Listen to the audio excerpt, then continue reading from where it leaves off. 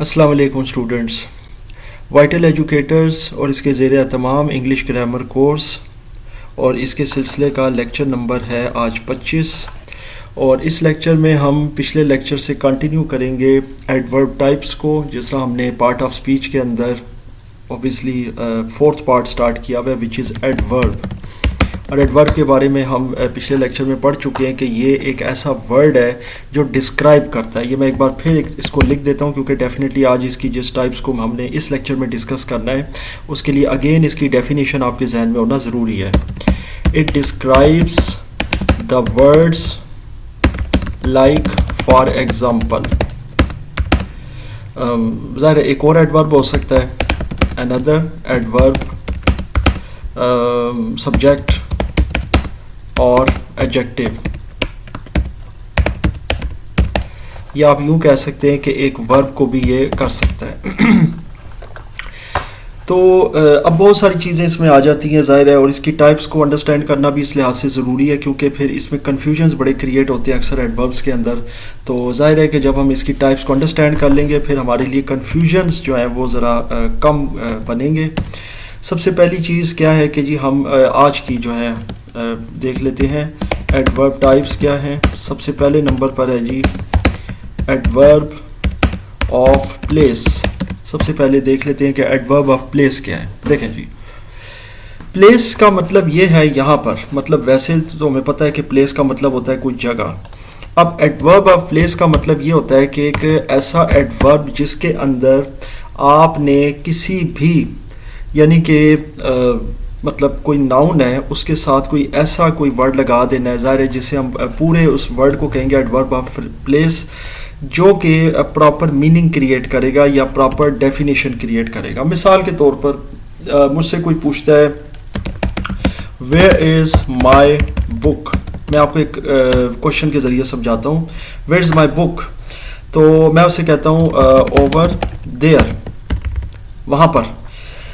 अच्छा, अब यहाँ पर अगर आप देखें इसको तो ख़ासी हद तक समझ आ रही है ओवर देयर, लेकिन जो पढ़ने वाले हैं ना, यानी कि अभी आप चूंकि इसको पढ़ रहे हैं स्क्रीन के ऊपर, तो आपको बिल्कुल समझ नहीं आएगी कि भाई मैंने किस तरफ इशारा किया और मेरा जो इशारा है मैंने चलो कर दिया ओवर देयर। तो वो बंदा तो समझ गया क्योंकि वो मेरे ज़ाहिर फेस टू फेस खड़ा हुआ है, मेरे सामने है, और वो मुझसे पूछता है वेयर इज़ माई बुक। तो मैं उसे कहता हूँ, मैं उसे उंगली से किसी जगह पर मैंने पॉइंट आउट किया है, किसी जगह इशारा किया कि ओवर देयर, तो वो उसको समझ गया यार वो उधर पड़ी है। मतलब वो मैं अलमारी की तरफ भी इशारा कर सकता हूँ, किसी टेबल की तरफ कर सकता हूँ, कमरे के किसी कोने में बेड की तरफ इशारा कर सकता हूँ, उधर पड़ी होगी कहीं। चलें, वो उसको समझ आ गई है, लेकिन पढ़ने वालों को बिल्कुल समझ नहीं आई। मामला ये है कि अगर आप यहाँ पर adverb of place properly define कर देंगे तो फिर इस जुमले में एक सेंस पैदा हो जाएगा। जैसे मिसाल के तौर पर मैं कहता हूँ कि वो पूछ रहा है वेयर इज़ माई बुक, तो मैं कहूँगा your book is under the table, या ऑन द टेबल क्या लें, इज लाइंग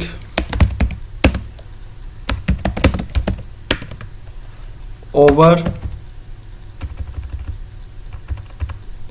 इसको हटा देते हैं, ओवर द फर्ज कर लेते हैं काउच। तो बहुत सारी चीज़ें मैं उसे बता रहा हूँ। अब ये ओवर द जो वर्ड है ना, ये आपका क्या कहलाएगा जनाब, ये आपका कहलाएगा एडवर्ब ऑफ प्लेस, क्योंकि इसके अंदर आपको चीज़ समझ आएगी कि जनाब वो कहाँ पर है। इसी तरीके से कोई मुझसे पूछता है कि लेट्स सपोज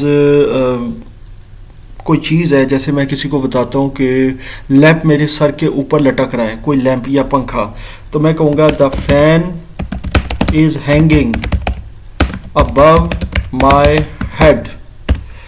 जो पंखा है वो मेरे सर के ऊपर मतलब हैंग है, यानी कि मतलब है वो फिक्स्ड है छत के साथ, ठीक है। तो वो हैंगिंग अबव माई हेड, तो ये जो अबव का वर्ड आ गया है ये ऑब्वियसली एडवर्ब ऑफ प्लेस है।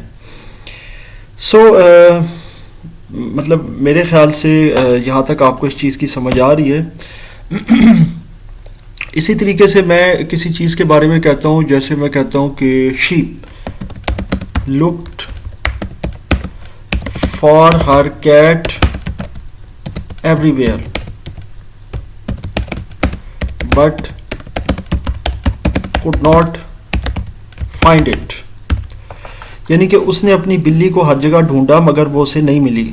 अब अगर आप ये देखें कि शी लुक फॉर कैट तो ठीक है, यहाँ तक एक फ्रेज चल रहा है। ये जो आ गया ना एवरीवेयर, ये एडवर्ब ऑफ प्लेस आ गया, यानी कि हर जगह, कहाँ। अब आप देखें ये सवालिया में भी यूज़ होता है वेयर। जैसे कोई मुझसे पूछता है कि वेयर इज़ योर ब्रदर, या where is my camera, where is my book. अभी मैंने थोड़ी देर पहले क्वेश्चन में बोला है।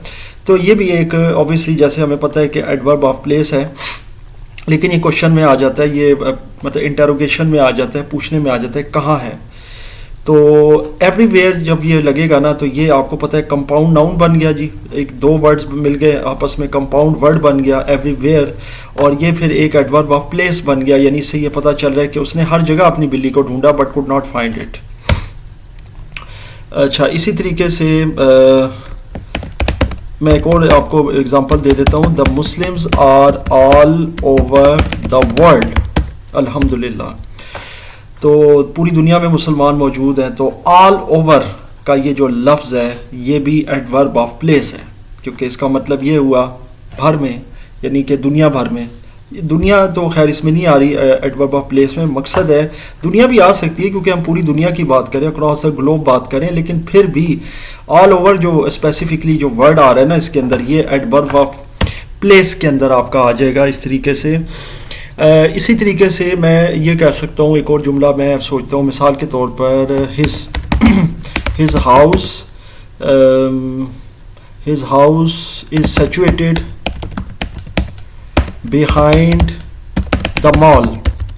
देखें, उसका घर जो है वो मॉल के पीछे वाक़या है, सिचुएटेड कहते हैं वाक़या होना। अब ये बिहाइंड जो है ना जी, ये एडवर्ब ऑफ प्लेस है कि कहाँ है, यानी उसके पीछे, उसकी बैक साइड पर है, तो ये बिहाइंड हो गया।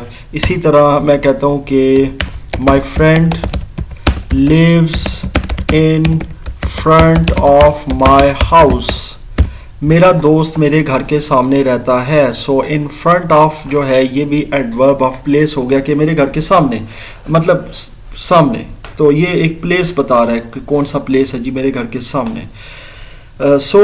ये मतलब इसमें चीज़ आ गई है। आई एम श्योर आपको एडवर्ब ऑफ प्लेस अच्छी खासी तरीके से और समझ आ रहा है। इसी तरीके से एक और भी एडवर्ब ऑफ प्लेस आ सकता है, जैसे कि फार एंड नियर होता है, जैसे कि अभी मैं आपके साथ शेयर कर देता हूँ। फार एंड नियर यानी दूर और नज़दीक, इसके भी ये भी एडवर्ब ऑफ प्लेसेस हैं। ये दो अलग हैं एक्चुअली, और ये एक में भी यूज़ हो जाते हैं। मतलब आप किस तरह यूज़ हो सकते हैं, ये बड़ा इंटरेस्टिंग एक वर्ड है, सिनारियो है, ये भी आपके साथ डिस्कस कर लेता हूँ। मिसाल के तौर पर फार कहते हैं दूर को, ये FAR वाला है। जो FOR वाला होता है वो तो होता है के लिए, जैसे कि फॉर यू, फॉर मी, वो और चीज़ है। ये फार है, इसका मतलब ये कि दूर। अच्छा, इसका जुमला क्या बन सकता है जी, इसका जुमला ये बन सकता है कि देयर आर अ फ्यू या a very few houses in this town and they are far from each other. चलें जी, ये एक जुमला बन गया इसका फॉर का। There are very few houses in this town, इस कस्बे में बहुत थोड़े से घर हैं। And they are far from each other, और वो एक दूसरे से बड़े फासले पर हैं। यानी यहाँ पर इसका मतलब यही है, दूर दूर है, फासले पर हैं। अब जहाँ ज़ाहिर है कि सिटीज़ में, जैसे अब मैं रहता हूँ रावलपिंडी में, तो वहाँ पर घर बड़े कंजस्टेड होते हैं, मिले हुए होते हैं, और वो बहुत मुश्किल से कोई खाली प्लॉट आपको मिलेगा। तो वो तो नियर बाय में कह सकते हैं कि बिल्कुल साथ साथ, एडजेसेंट भी कह सकते हैं। लेकिन यहाँ पर जो फार का लफ्ज़ है, इसका मतलब ये हुआ कि वो घर एक दूसरे से बड़े फासले पर हैं, दूर दूर हैं। तो ये एडवर्ब ऑफ प्लेस हो गया जी। इसी तरीके से नियर भी है, ऑब्वियसली इसी के साथ आप नियर का जुमला भी बना सकते हैं। फार एंड नियर का भी बन जाता है, मैंने आपको बताया, ये भी एक अपनी जगह पे हो सकता है। तो खैर इसकी मैं वंस अगेन आपको यही कहूँगा कि आप मज़ीद इस पर रिसर्च करें, अपनी तरफ से प्रैक्टिस करें, मज़ीद इसमें से आप डिस्कवर करें, और बहुत ज़्यादा जो आपके जहन में एडवर्ब ऑफ प्लेस है, इंटरनेट पे सर्च कर सकते हैं, वो आपके ऊपर है। दूसरी टाइप पर जो अब हम आते हैं एडवर्ब की, या उसकी जो ज़ाहिर है फॉर्म है, वो है adverb of degree. Adverb of degree. अच्छा जी, अब एडवर्ब ऑफ डिग्री क्या है? देखें, एडवर्ब ऑफ प्लेस तो आपको समझ आ गया कि किसी चीज़ के हवाले से, किसी नाउन के हवाले से हम बता रहे होते हैं कि जनाब ये घर है, ये एक नाउन है, एक, लेकिन एज यूज़ हो रहा है ये सब्जेक्ट के तौर पर, ये दूर है, नज़दीक है। इसी तरीके से मैं कहता हूँ कि उसका जो घर है वो मेरे मतलब वो मॉल के पीछे है जी। इसी तरह उसने अपनी बिल्ली को हर तरफ देखा, ढूंढा, she look for her cat everywhere. तो यहाँ पे कैट के हवाले से बात हो रही है और शी जो है वो सब्जेक्ट है। तो ये तो मामला यहाँ पर आपको समझ आ गया। अब आएंगे एडवर्ब ऑफ डिग्री में कि ये इसमें क्या चीज़ आती है। अब देखिए adverb of degree, adverb of time है, तो इसको जैसे जैसे आप करते जाएंगे आपको अंडरस्टैंडिंग इसकी बढ़ती जाएगी कि अब एडवर्ब ऑफ डिग्री में क्या आ जाता है। अब ये थोड़ा सा समझने वाली चीज़ है। डिग्री का मतलब ये होता है किसी चीज़ की मिकदार, यानी कि अब एडवर्ब ऑफ डिग्री में हम ये बता रहे हैं कि कोई चीज़ अगर हो रही है तो किस कदर हो रही है, किस हद तक हो रही है। मतलब इट्स वेरी सिंपल, जैसे कि his voice is very loud, अगर हम ये कहते हैं, ठीक है। अब यहाँ पर अगर हम देखें तो ये एडवर्ब ऑफ डिग्री के तौर पर लिया जाएगा। इसी तरीके से he speaks loudly, ये भी एडवर्ब ऑफ डिग्री है। एडवर्ब भी है क्योंकि मैंने इससे पहले भी पहचान बताई, एल वाई है, तो एडवर्ब है। और एडवर्ब ऑफ डिग्री इसीलिए है क्योंकि ये डिग्री बता रहा है कि वो ऊंचा बोलता है। जैसे कि अब मैं ऊंचा बोलता हूँ, ऊंचा सुनता हूँ, I have some hearing problem. So इसमें अब जो लाउडली का मामला है वो इस तरीके से आ रहा है, जैसे कि अब यूँ कह सकते हैं कि ही लिसन्स लाउडली, यूँ भी कह सकते हैं। इसी तरह शी रीड्स स्लोली, वो बहुत आहिस्ता आहिस्ता पढ़ती है, मतलब अटक अटक कर पढ़ती है। तो ये यहाँ पर आ गया जी। इस तरीके से मतलब इस तरह जो भी चीज़ किसी चीज़ की डिग्री या उसकी इंटेंसिटी बताती है, शिद्दत बताती है, उसका अमाउंट बताती है कि किस कदर, तो वो कहलाएगा जी आपका एडवर्ब ऑफ डिग्री। अब इसमें बहुत सारी एग्जांपल्स हैं, अभी जैसा मैंने आपके साथ ही शेयर किया है, जैसे और भी हम कर सकते हैं। He is too late in preparing his tests that he cannot make it to exams। अब ये उन लोगों के लिए भी है जो अक्सर कहते हैं कि जी आप थोड़ा लंबा जुमला भी बताया करें, तो मैं ऑब्वियसली अब ये जो थोड़ा सा एक बड़ा जुमला आपके साथ शेयर कर रहा हूँ। तो he is too late in preparing his test. अब ये जो टू का लफ्ज़ आया ना जनाब, ये एडवर्ब ऑफ डिग्री आ गया कि वो बहुत लेट हो गया जनाब, वो अपने टेस्ट की तैयारी नहीं कर सका, किसी वजह से छूट गए, तो फिर उसके लिए एग्ज़ाम्स में बैठना बहुत मुश्किल है। He can not make it to exams. मतलब ये है कि अब उसके लिए पेपर देना, एग्ज़ाम देना या एग्जामिनेशन हॉल में अपीयर होना बड़ा मुश्किल हो गया क्योंकि उसकी तैयारी नहीं है। तो यहाँ पर ये जो टू का लफ्ज़ है ना जी, ये एडवर्ब ऑफ डिग्री के तौर पर आ रहा है। इसी तरीके से जी अब हम कोई और देख लेते हैं, मिसाल के तौर पर, हाँ, there is less amount of water in the bottle. बोतल में बहुत कम पानी है। तो ये जो लेस का लफ्ज़ है ना, सिर्फ लेस का, ये एडवर्ब ऑफ डिग्री है। लेस अमाउंट ऑफ वाटर, कम पानी है बोतल के अंदर, तो ये भी ये चीज़ आ जाएगी। फिर इसी तरीके से और भी आ सकते हैं, जैसे कि it's too quite everywhere that I hardly listen any voice. हर तरफ इतनी खामोशी है। ये क्वाइट का जो लफ्ज़ होता है ना, ये खामोशी के लिए होता है, QUITE होता है, वो अलग वर्ड है, पेयर ऑफ वर्ड्स में से आता है। तो टू अगेन, अब इसमें दो आ रहे हैं एडवर्ब ऑफ, अगर आप देखें ये एडवर्ब ऑफ डिग्री है और ये एडवर्ब ऑफ प्लेस भी इसके अंदर आ गया, एवरीवेयर, यानी हर तरफ इतनी खामोशी है कि मुझे हार्डली कोई आवाज़ सुनाई देती है। अब यहाँ पर अगर आप देखें तो इसको तो खैर छोड़ देते हैं क्योंकि अभी हम डिस्कस कर चुके हैं इसको, एडवर्ब ऑफ प्लेस को, बड़ा ये एडवर्ब ऑफ डिग्री आ गया कि बहुत ज़्यादा खामोशी है।